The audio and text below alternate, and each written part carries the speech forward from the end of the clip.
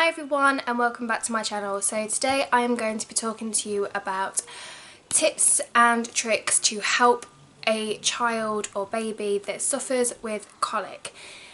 Both of my boys, Oliver and Charlie being the eldest, they both suffered with colic.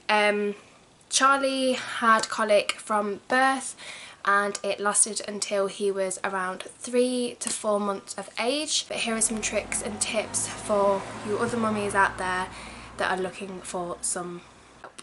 So my first tip is something I highly recommend. We had these with Charlie and we had them with Oliver, and that is the Tippy Colic Comfort bottles.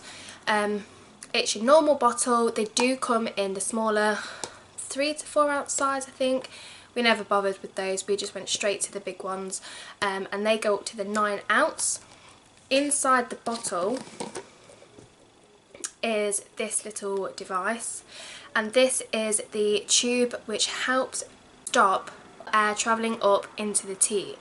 So it has this little valve here, and that kind of helps slow all the bubbles down, and it just fits in nicely to the top of the bottle, and the lid goes on as so.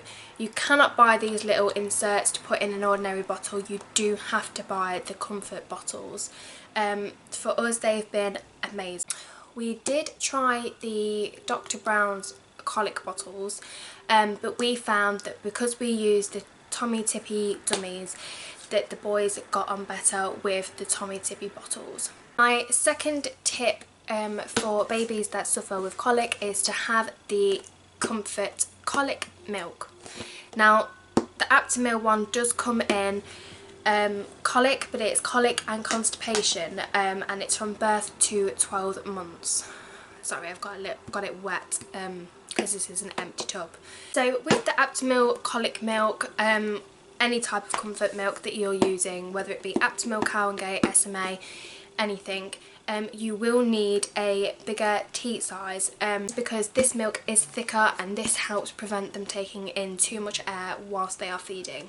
With the comfort milk, such as the colic one, you can mix it up exactly the same as you would any other bottle, and it has the leveler inside where you do your scoops, make it with hot water, and yeah, that is your bottle made. So my third tip is, when you are making a bottle, instead of shaking it, most people have a tendency to pop on the lid, give it a shake, give it to the baby. What I recommend, which has helped both of my boys, which is a tip from my auntie, is whilst making the bottle, instead of giving it a shake, take a spoon that's sterilised, put it in your steriliser, take it out and give it a stir. Now we use the Perfect Prep machine. What we do is we use the 1 shot of hot water, we add the 4 scoops of formula to his bottle, and then we take a spoon from the steriliser and we give it a stir to mix the formula with the water.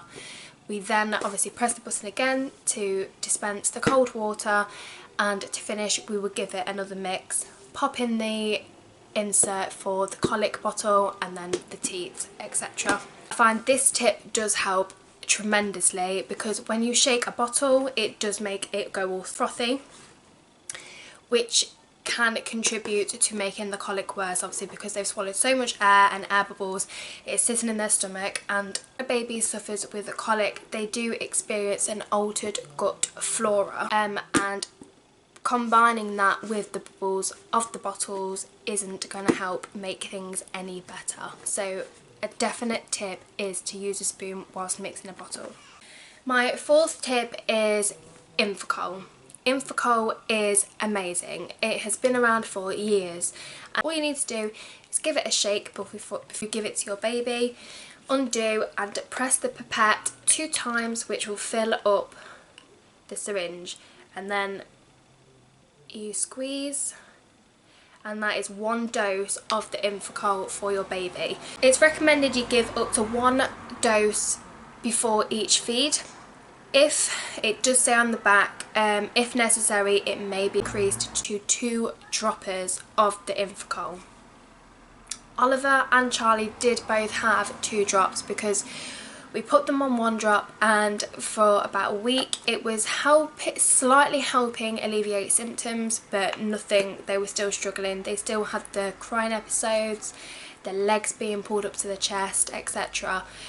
Once we increased this to 2 drops before every bottle, they were like a different baby. It just did the trick. So this, combined with the colic bottle, colic milk, are a dream. My 5th top tip that babies that suffer with colic is a dummy. You don't have to use a dummy if you don't want to. We especially didn't want to with Charlie, our first child. But from being 3 hours old, he was gulping air, which wasn't helping anyway. Then about 3 or 4 days later, we noticed that he was suffering with colic. So we introduced the dummy, which was also recommended by the health visitors. So we gave him the dummy, and this did help relieve some symptoms. Because they're sucking on this and not sucking in any air, helps relieve some symptoms. It does help slightly, but if you don't want to use a dummy, or you don't want the baby to be hooked onto a dummy, then that is your choice. But there is this option just to help relieve some symptoms for baby and to give mummy and daddy a calmer day. My 6th top tip to help a baby that is suffering with colic is to calm baby senses. A baby settles so much better when they are close to mum and dad. So just by picking baby up and laying them across your shoulder is enough to help soothe them. Being in the upright position will help shift all that colic that they are stuck with. It's reassuring baby because they're close to mum and dad. They can hear heartbeat, which is what they're used to when they are in the womb. And whilst he is in the upright position, you can rub his back upward in an upright motion, which will help shift any wind that is stuck. So the 7th top tip I recommend is giving baby a baby massage. Now this can be anything from rubbing their tummy to help relieve any symptoms. It can be holding their legs and moving them in a bicycle motion, which will also help bring the wind upwards and out, which will give them a lot of relief. The other tip is to lay them over your legs on their belly and rub their back. Babies love this because you can even rock your legs, which will give them that motion, which will calm baby and again help bring up any of the trapped wind. My 8th top tip for helping prevent colic in babies is to sit them in an upright position when they are feeding.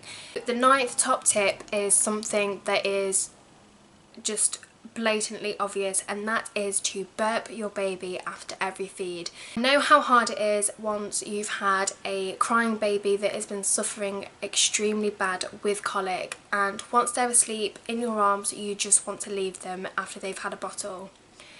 I am very guilty of this at times. Even if they're asleep, just gently pop them over your shoulder, give them a tap on the back, and even if you get one burp, that is brilliant. But they do recommend that a baby is perfectly winded if they give up to 3 good burps. So try and get 3 if you can. Sometimes it's really hard when they do suffer extremely badly with colic, because you can be sat there for 40, 50 minutes, even an hour at a time to get them to burp. So just hold on, give it a good go and stick with it. So my 9th top tip is to use a fast flow teat if you are bottle feeding. Holes in bottles that are too small will also make your baby swallow more air than what they need, because they're trying too hard to suck out the milk. If you are using, like I said before, if you're using the comfort milks on any branded formula, then it is recommended that you use a bigger size.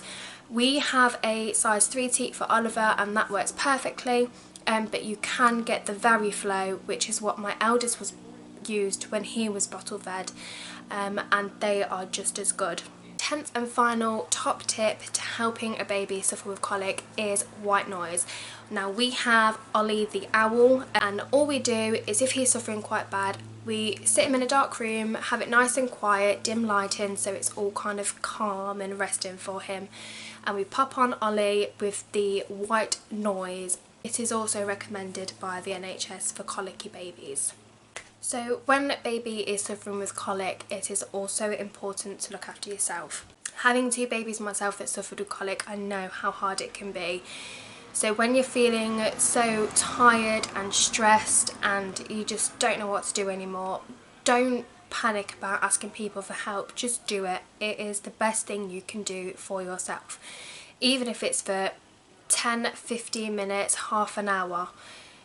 Just give the baby or the child to a grandparent, a sister, a brother, an auntie, anybody you feel comfortable with, and just have 10 minutes to yourself. Even if it's just a quick cup of tea, just calm yourself down, get everything back to normal, and then take over. Having that break will give you just a nice, giving you that break will just help you feel better about the situation and make you able to cope with the situation a lot better. There is a support group called Crisis which can help out with parents that are struggling to cope with babies that suffer with colic, and it just gives help and advice to parents that have the babies who are excessively crying.